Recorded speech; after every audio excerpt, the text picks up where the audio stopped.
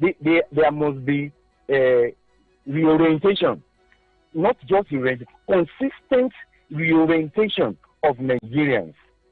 I'm telling you, I've worked in public service for more than 20 years, and I'm not going to tell you it's a good experience. Attitude of Nigerians to work, to patriotism, the level of patriotism. Nigerians, you can't keep Nigerians where there's money. See, you have to do this thing at the same time. Develop public infrastructure. We're in a society where an individual pay for the school fee of the children, pay for medical, pay for almost everything. You have to sink even borehole in your house. And you know that all these things, you need money. And you have opportunity to money, you want to take advantage of that opportunity. The moment the burdens are removed from Nigerians, burdens, of course, are removed from Nigerians, you will see that a lot of things will change. But the question the question again now is, where would the next administration get the monies to remove this burden from Nigerians? No, we have already said what are the areas of leakages. We have identified one, this subsidy issue. It's an area of leakages. Over bloated public. Do you think that the next administration would risk its goodwill by removing, the fuel subsidy? Do you think they would have that courage to remove the fuel subsidy? In fact, looking at how things are going. Okay, let me surprise you. It's not the next administration that will even remove it. This administration that we are in currently will remove subsidy. Subsidy will be removed before the next government take over. I can bet you. This is not the first time we've gotten promises, Mayowa, to say if subsidy will be removed. Subsidy should have been gone a long time ago, but it never left, and now they shifted it to the last day, the deadline to the last day of this administration. So, what's the guarantee that's going to go?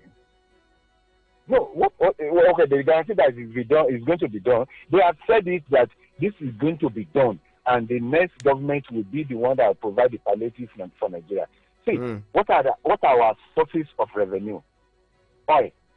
And we have other areas of revenue that we can plug into the national treasury that we are not tapping. We need to look at all those things. And if you allow the revenue that is due from the oil alone to accrue into the national treasury, you will see that there will be enough resources to resuscitate all these moribund public goods.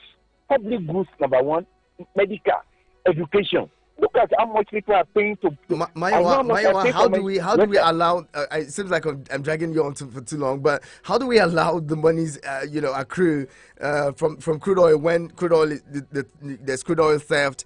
The NNPC hasn't been remitting monies to the Federation account. Where is that money going to come from? At least the next administration would have 1 year to sort out all of this, and it's not going to be an easy one. My case is just what I just told you now. Look at I still go back to that crude oil. When you have effective management of the crude resources and policing and ensure, I started with Nigerians. I say the government needs to shape the orientation of Nigeria. Why are we allowing the crude oil to be taken away, to be stolen? Has it not got to do with people? It has to do with people.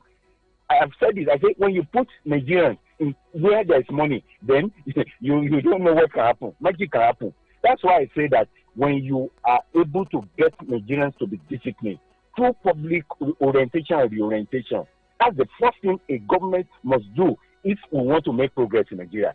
If we not do that, when immediately you are doing that, at the same time you are also, whatever way you want to do, you are fixing public goods. All right. Public goods, because the moment people cannot have security of tomorrow, that is how my tomorrow will be. I'll be able to pay my children's school fee. I'll be able to pay my rent. I'll be able to see anything they see, they carry in Nigeria.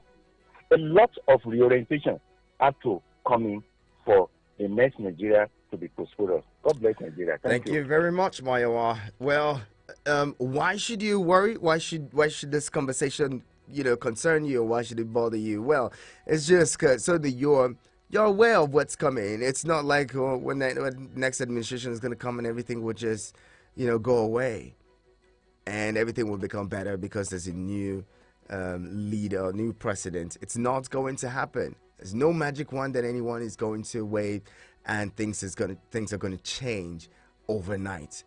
we're still, as Nigerians, going to deal with a lot of things and be ready for impact when it comes. Hello, good morning. Yeah, Nacho Prince, I greet you. Son of the Prince, good morning to you. Yeah, Nacho, each time people make mention of subsidy, it get me angry. It get me angry, serious angry. Because during the time of good luck, when fuel was at 86 naira, he said that once you remove subsidy, that the fuel price will go to 143 naira. And when he increased, he said that the money they would generate from that subsidy removal, they will to better the lives of Nigerians. Then people like Mayawa and the rest of them went on the street for protest. That subsidy is a scam. You understand? And when this government come, they told us that once they remove the subsidy, by increasing the fuel to 145, their life will be better for us. They removed the subsidy. Same subsidy they claimed that it was a scam. They removed subsidy, increased the fuel to 145. After a while again, they told us they have not removed the subsidy. We are not full here. Gradually, they continue to increase the fuel in the name of removing subsidy. And now they say they want to remove subsidy completely and the fuel will go to 175 naira. I don't every time they continue to use grammar to deceive us. 750. 15 naira, they continue to use grammar to deceive us. What is subsidy, my brother? You are not producing local here. You continue to export and import on a dollar exchange rate. If dollar goes to 1,500 naira, automatically the fuel price will still increase. They will still come back to tell us they have not removed subsidy.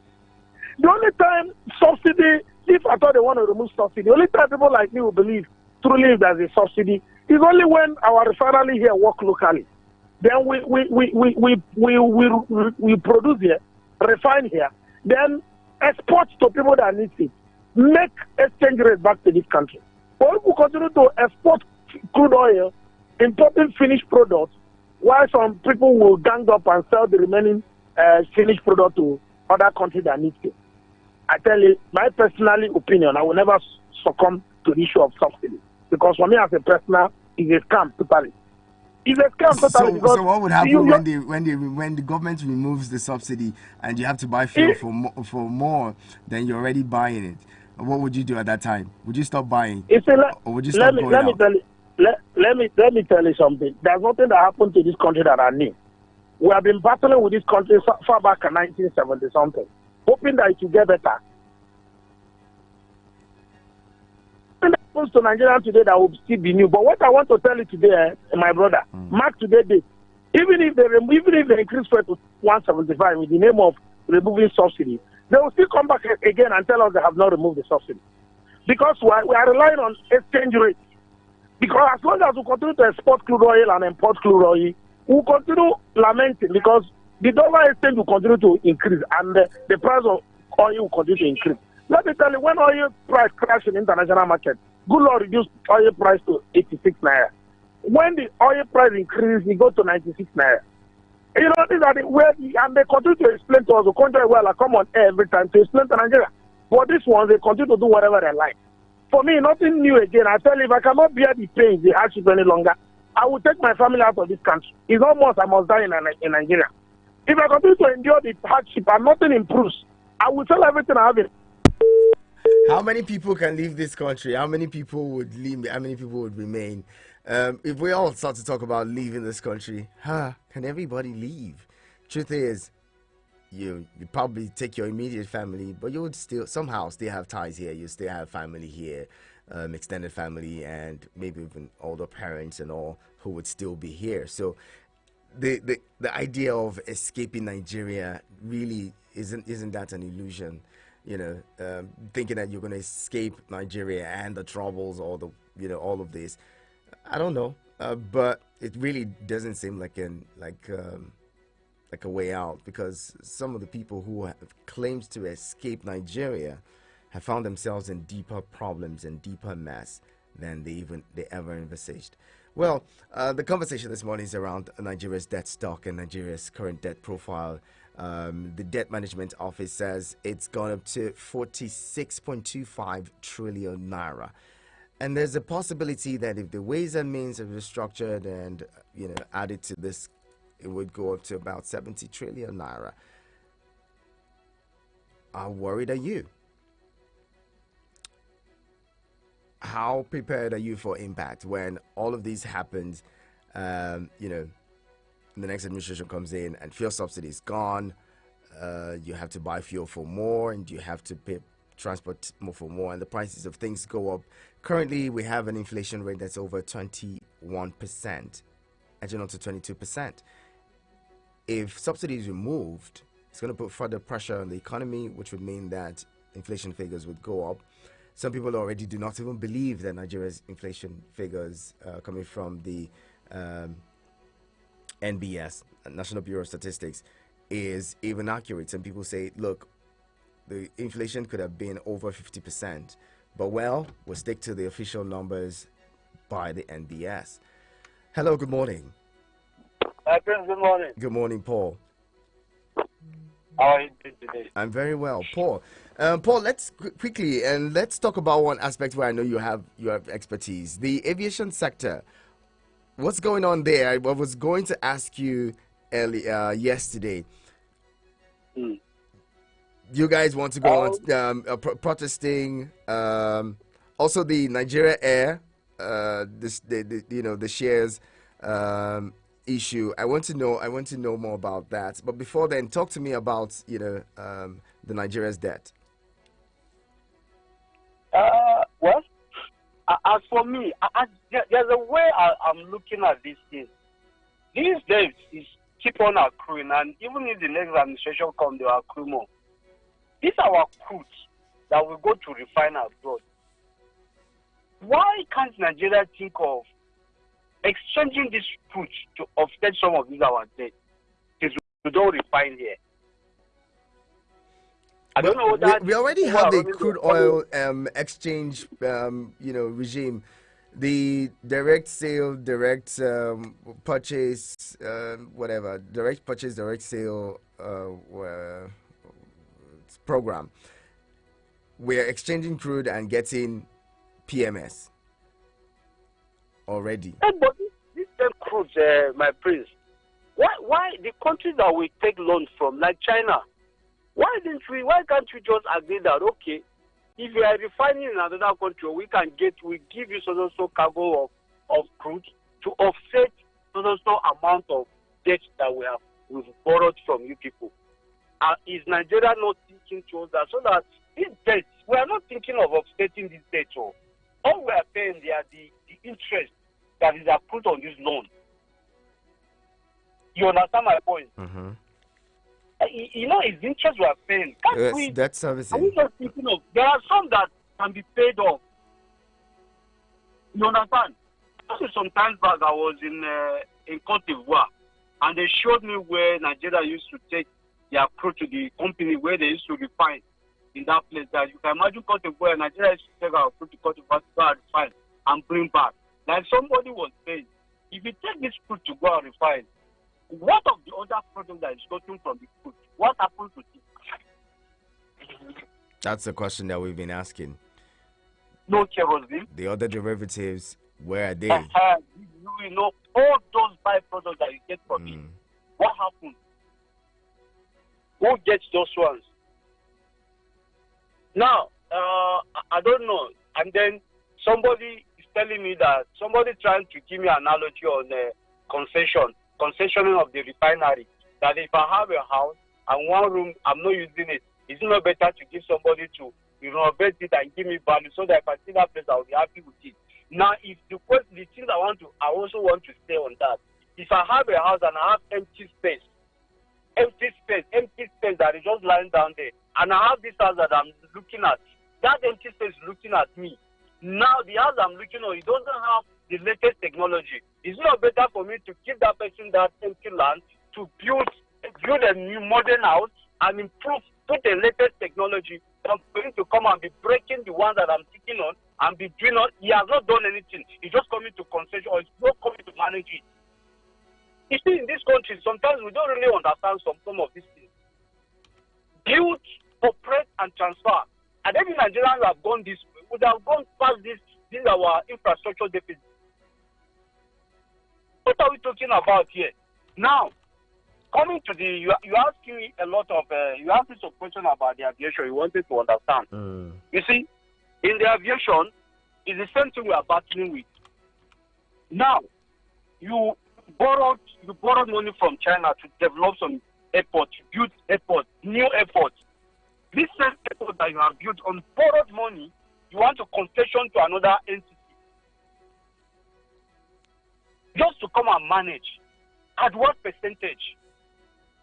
You understand? The question the union is asking is that, how are you doing this thing? Who is going to be the concessionaire? At what percentage is government? Going to get in?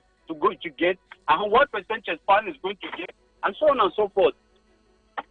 So concession is not about. It's not just concession. We're looking at so many things. Meanwhile, Nigerians, we have enough space. If you come to the airport, we have land. We have enough land. Why can't government think of saying, okay, you want to concession? Okay, let's do land here. They build brand new airport, operate it for years, and transfer it back. It's not what government has thrown in money, and then at the end of the day, want to give it to somebody just to come from nowhere, to come and sit down and be managing and be collecting money. That most of these concessionaires, they are not even keeping to their own side of the budget. By remit, they are supposed to remit. If you followed us, there were some times that we have to say change of to man some of our revenue points. Hello, Paul. We seem to be losing connection with you. A lot of things. If what is not open, it should be shadowed and secret. Everyone would say that most of the things happen in this country. People, it's like the more you see, the more you look, the less you see. Nobody understand. If I'm all that is happening is that if I'm at the end of the idea, I look for my own cronies and give them. It's like rocking Peter to. Well, Paul, thank you very much. Thank you very much for your contribution to the conversation this morning. We'll be talking more shortly. Keep it with us. The conversation continues here. This is Eagles 102.3, your radio experience. You can count on. The Vice President says China is a reliable place to borrow from, the best place to borrow from, available to Nigeria. But then it seems like China may not be giving us more loans. We're talking about that in the bit. Eagles 102.3, Abuja.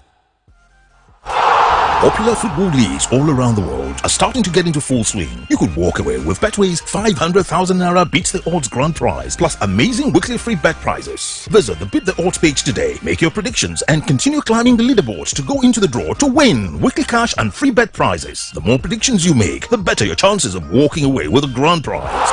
Enter now at betway.com.ng. No under 18. Terms and conditions apply.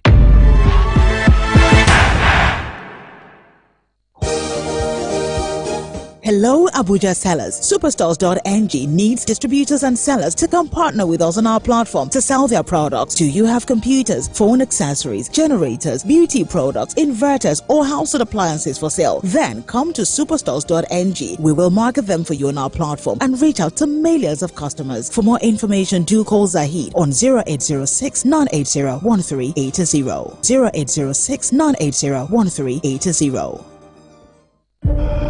Abuja Owings Entertainment presents Uchi Live, Abuja's biggest comedy show this Easter at the Congress Hall, Hilton Hotel, Abuja. Meet Barrister Obus and the Flatmate cast live. Mimi, Rekia Yusuf, GT, I'd Go Save, Willie, Yor, Chief Donatus, Senator, Dejiri, Tomama, Prosper, and Titus. Also featuring Kenny Black, Chaka Chaka, Koboko, and comedy's biggest opening act, Basketball, with some musical performances. Tickets regular 5,000 Naira, VIP 25,000 Naira, 100,000 Naira for one table seat, Gold table for 10, 1 million Naira, Platinum table for 10, 2 million Naira. Get your tickets online at www.buchilive.com. You can also get your tickets at Devonic Restaurants and Drumsticks Wuse 2. For table and sponsorship, call Dr. Makun on +234 802 690 7888. Buchi Live on Easter Sunday. We deserve to have a jolly good laugh. Proudly supported by Live Lounge Lagos and Transcorp Hilton. Media partner, Eagles 102.3 FM Abuja. There you are, riding in silence, both deep in thought. I bet you the driver think this ride shouldn't cost more, and you the passenger are sure you're overpaying. Never mind, let's just stay quiet. Or you can both download InDrive and agree on a fair price beforehand. InDrive. People driven. The InDrive online passenger transportation aggregator is not a taxi service. For more information, visit indrive.com. From Milky Way to Earth, everywhere there's internet, you can connect with Eagles 102.3 FM Abuja. Log on to our website www.eaglesfm.com. Follow and engage with us now on Facebook, Twitter, TikTok at Eagles FM Abuja, Instagram at Eagles FM 1023. Download our apps on your Android and iOS stores. Eagles 102.3 FM Abuja, your radio experience you can count on.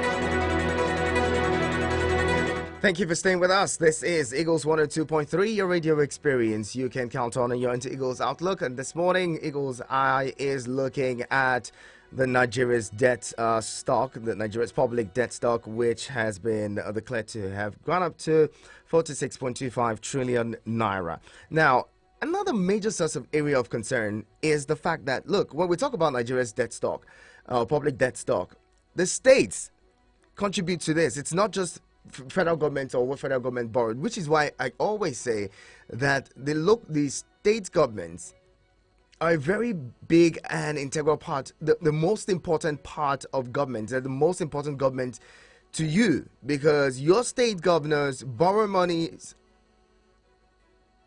that add up to Nigeria's debt stock. Your governors actually sometimes are not held accountable because you're always looking at the federal government, and they make it look like it's the federal government that's your problem. Meanwhile, they get monthly allocations from the federation accounts and they go ahead to borrow more monies. Looking at this, I'll just give you a quick breakdown by the NBC, that's the NBS rather, National Bureau of Statistics, says Lagos State recorded the highest domestic debt of 807.21 billion naira in the fourth quarter of 2022. It was followed by Delta State, hold that. Now I'm going to say something about Delta. It was followed by Delta State with 304.25 billion and Ogun with 270.45 billion naira. Now Delta State gets federation allocation from the federal government on federation accounts monthly.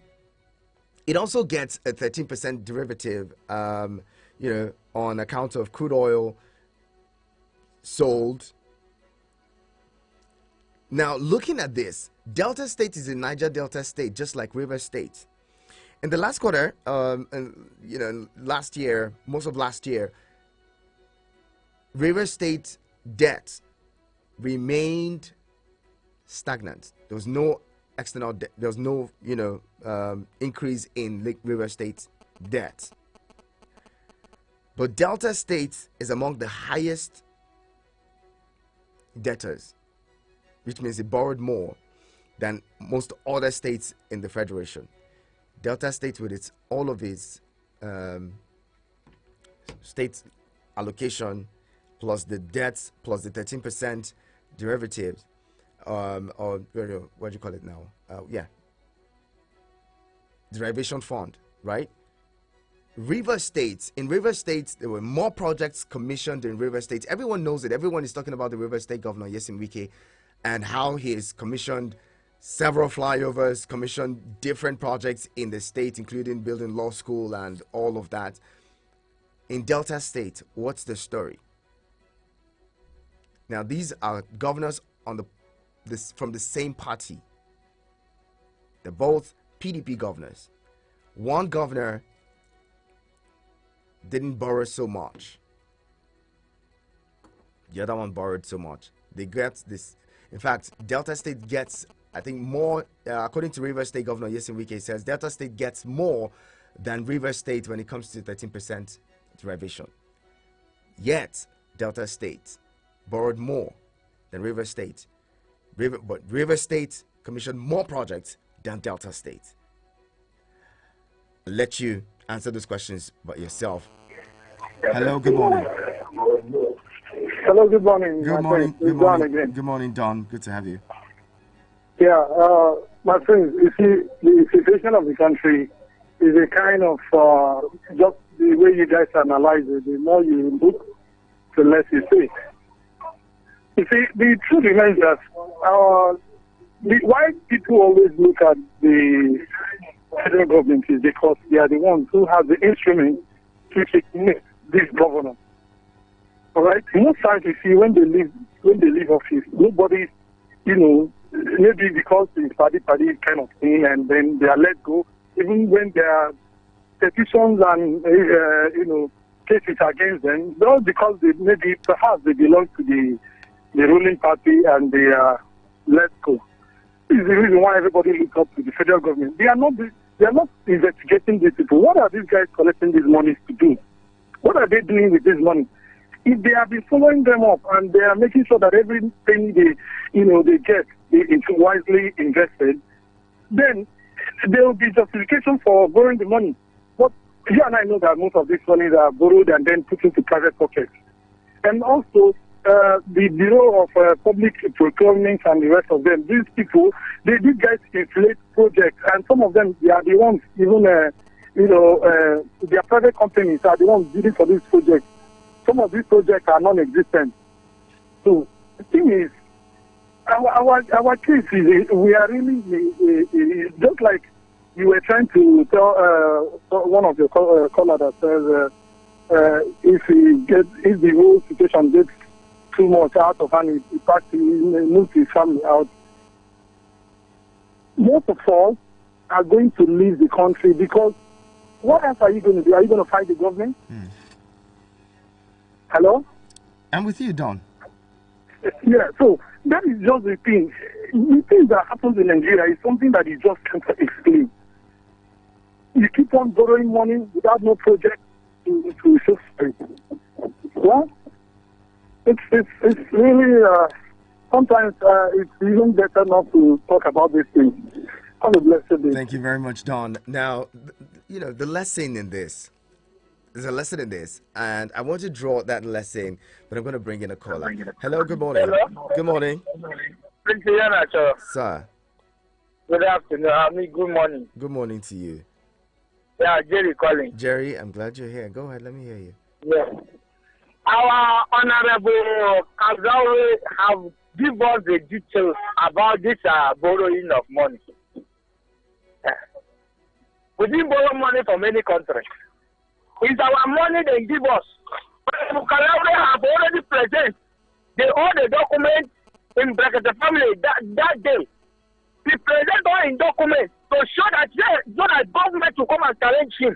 Let the government go and challenge that man. We don't borrow money from China. They should stop. And tell us that we borrow money from China. Or our money is increasing. From who? They should go and pick them one after the other. We don't borrow money from any country. Because I've already said it that we don't borrow money. We use our own money to borrow ourselves. The money they steal and the money they carry. They use everything. There are financial institutions that borrow Nigerian money, and they're very, very. Yes, they're very. Have said it. They bring all the documents. Not that you hide it. You bring all the documents. And said that Nigeria did not borrow money. Everybody. Did he say Nigeria did not borrow money? Wow. They didn't borrow money from any country. Wow. The same person that said. Borrow ourselves money. Yes, the Honorable Kadawe show that. Think about it yourself. Just don't listen. Just don't listen to what people say. He showed it. It's not that the man is hiding it. They should go and question that man. They should go and question him, and they should go to court and ask him. The man come on radio and show it, and to the whole world, not to only Nigeria. They didn't borrow any money. They should come. Stop camouflage us. and stop suffering us and stop disturbing us. Okay, I get you. We get you. Thank you very much for calling. But then there's certain things that you hear, and you would have to sit back and think for yourself. Okay, think about these things for yourself. The World Bank cannot say Nigeria is owing it money if Nigeria did not borrow money from it. China cannot say Nigeria is owing if Nigeria did not borrow money from China. Please, let's put some thoughts to these things. Hello, good morning. Good morning, sir. Good morning, Abdullahi Mekan. Yeah, thank you very much indeed, sir. You are doing a great job. Thank you. Thank you. So the borrowing in Nigerian, economic system is one of the devastating problems we have nowadays. The outgoing government is going and leave Nigeria into darkness. I don't see any light of the coming administration because the current administration have already put the economy into a very difficult situation. It's very difficult to the citizens of Nigeria to get it right because of the domestic and the international loan this government has already received. So we are just praying maybe the next government will come and take some proactive measures, at least to put things in order. But it will take time.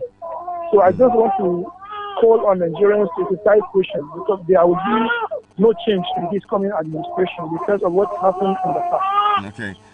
Thank you very much, Abdullahi. How's your boy? I can hear his voice. How's he doing? Yes, sir. Yes, sir. He's crying. Yes, sir. He's very fine, sir. Great. Thank you very much for calling. That's our Eagles baby. Let's talk about this. So the person, Jerry, the man you were talking about, remember he is the one that said that Nigeria collected 89 trillion naira in, stamp duty. 89 trillion naira. Hello. Only stamp duty. Hello, good morning.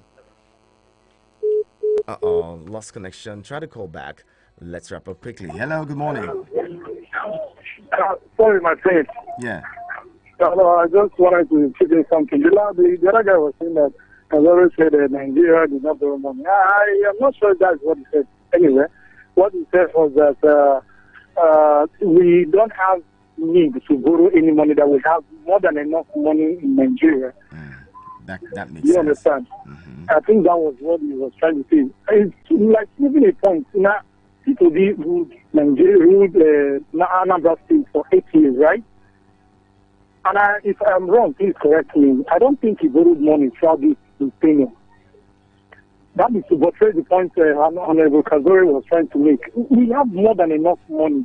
But these guys goes out to borrow this money just to make sure that they have enough to keep in their pocket. They now they need to steal this money, So that is why this borrowing keeps on going on. Thank you. I have a blessed day. Thank you so much for calling again. Let's wrap up with this final caller quickly. Hello, good morning. Hello? Hello, good morning. Morning, how are you? I'm very well. What's your name? Hello? Okay, seems like now I was going to talk about the lessons to draw from this. During the last elections, we saw people voting along ethnic lines and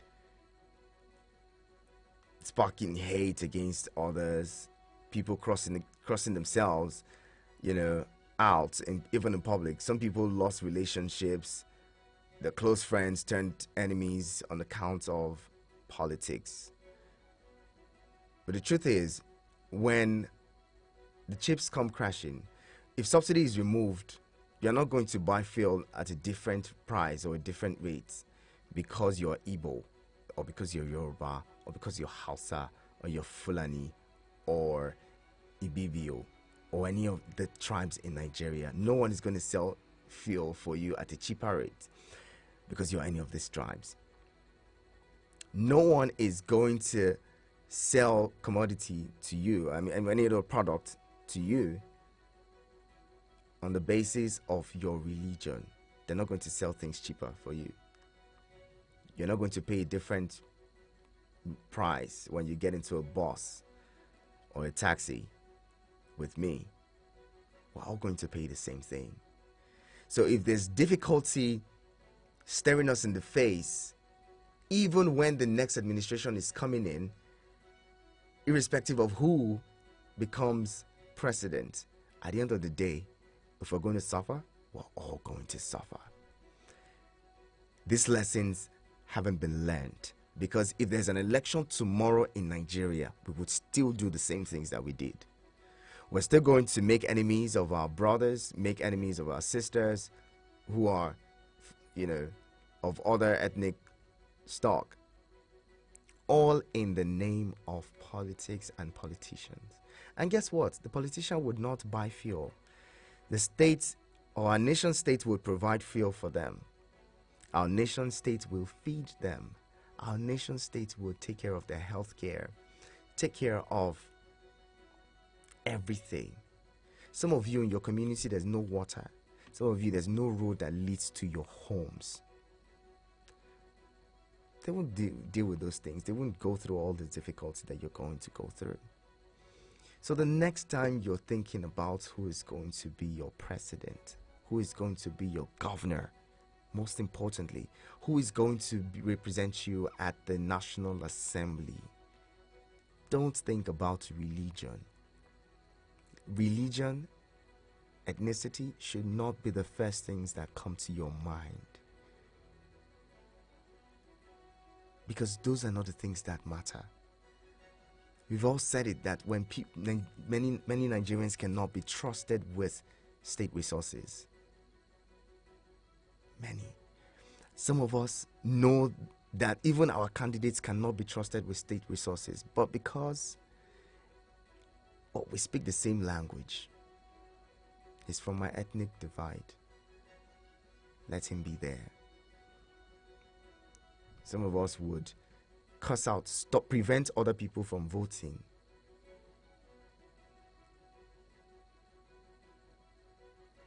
Because they do not speak the same language as we. And it happened across the country. Happened in the southeast. Happened in the southwest.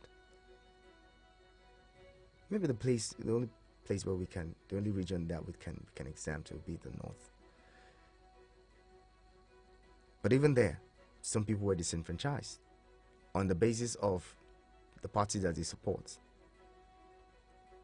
Again, those are the least things that should matter to us. Embrace your brother, embrace your sister, because the things that the things that we share,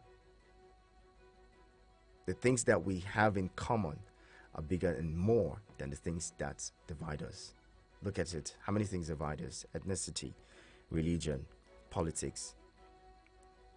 But hunger, poverty, ill health, bad roads, no water supply, no electricity, all of it, insecurity, just how many? Just to name a few. They all outweigh the things that divide us. So the next time you want to think about it that way. And then maybe you would have clarity of mind and purpose to vote in the right people. Thank you very much. That's the show for today. Thank you to every one of you who participated in the conversation. Thank you to those of you who just sat back to listen. Remember that this is the only country that we have. We cannot set it ablaze because we lost elections, or because the candidate that we support did not win, or because our candidate won.